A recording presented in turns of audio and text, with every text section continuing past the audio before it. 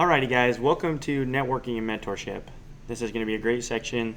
It's going to teach you a lot of life hacks that are going to sound really simple but are often overlooked. And just like this quote says, it's not about what you know, it's about who you know and how you know them.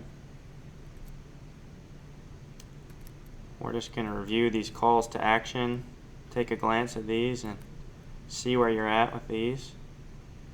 I hope that these were all beneficial for you, and if you haven't done them, you can catch up real quick. Okay, so I wanted to start with an experience from my own life that really showcased how important networking is. So I was trying during the summer of 2014 to get the bulk of my hours because I was applying the following summer, 2015. And I was going like crazy trying to find places that I could either work at or I could consistently shadow at. And I got to the point where I had been working for 4 or 5 months, cold calling, going into clinics physically, and the therapists were saying, sorry, we're just not hiring, or we just can't take on more students right now. And it was really, really discouraging for me because I was like, I'm doing everything I'm supposed to, or so I thought, and I'm getting rejected, I'm getting turned away.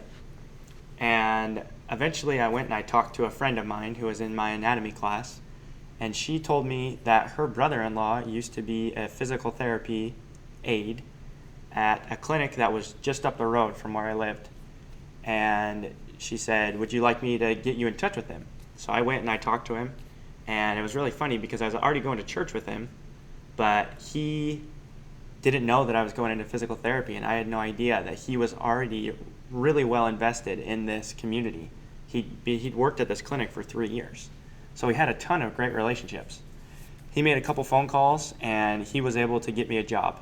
And I was so grateful that for my friend who was willing to share this information with me, and for my new friend who really helped me to be able to get the ball rolling with my shadowing hours.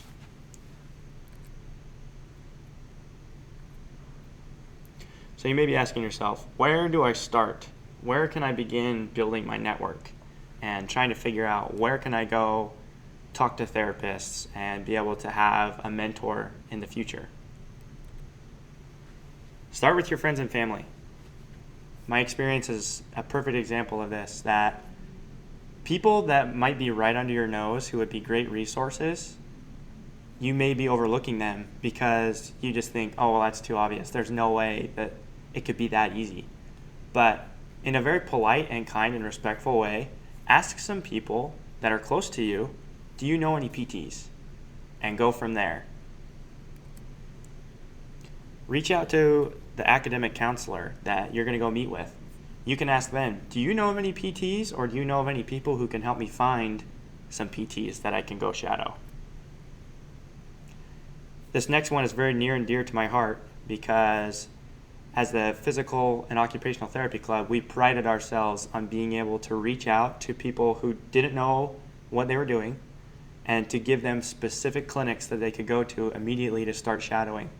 And we built up a good relationship with these clinics, and they had success with our students. So this is a huge resource that you can utilize because you're going to have a bunch of like-minded people contributing different clinics, different locations, different settings, and it's an easy way to get a lot of information available to you if you start working with these people. Professors on campus may be physical therapists as well, and even if your professors aren't physical therapists who just happen to also be teaching, some of your professors themselves, especially in the movement and health science colleges, will often have connections with healthcare professionals. Now, guys, I tell you all this, and it's going to sound like networking and mentorship is all about me or all about you. But in reality, these people that are willing to help you take time out of their day to assist you in reaching your goals. And I can't say this enough, but I feel like it's kind of a lost art of expressing gratitude to people. You have no idea how much a small thank you card with some actual thought put into it means to someone and how much more willing they are in the future to help students out when they know that you're grateful. And I saw this time and time again. There was friends I had who weren't grateful, and relationships were tarnished or weren't as great with the clinics. And those who were, they either broke down barriers or they made great long-lasting relationships. This also will help you if you go back to that same therapist for a letter recommendation as well. Another big one, paying it forward. We often are competing with other people, our peers, our colleagues in school, to basically elevate ourselves above them. When in all reality, that's not a happy way to live, and that's not a realistic way to live. So if you do find a great opportunity, I'm not saying you have to go broadcast it to the world, but if someone comes to you and says, yeah, I'm really struggling to find something in this field, and you have an experience that relates to that, say, hey, I know of a place you can go. Here's a phone number and an address. And it's a great way to start and to show that it's not just about you, it's about the community.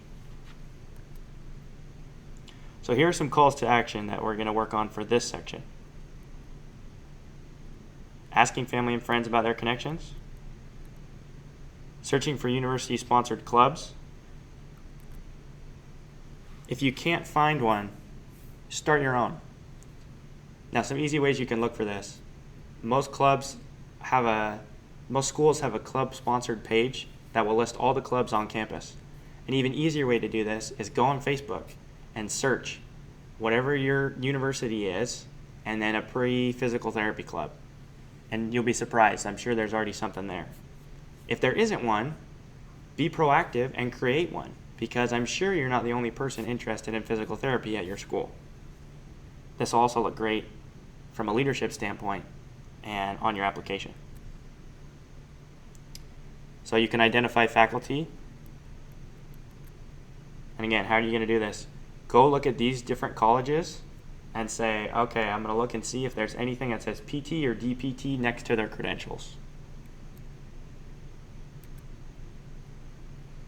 And then you're going to complete item 3 on the application timeline questionnaire. This is basically saying, have I met with my advisor? How often am I going to meet with them to talk about my progress and to plan out my coursework?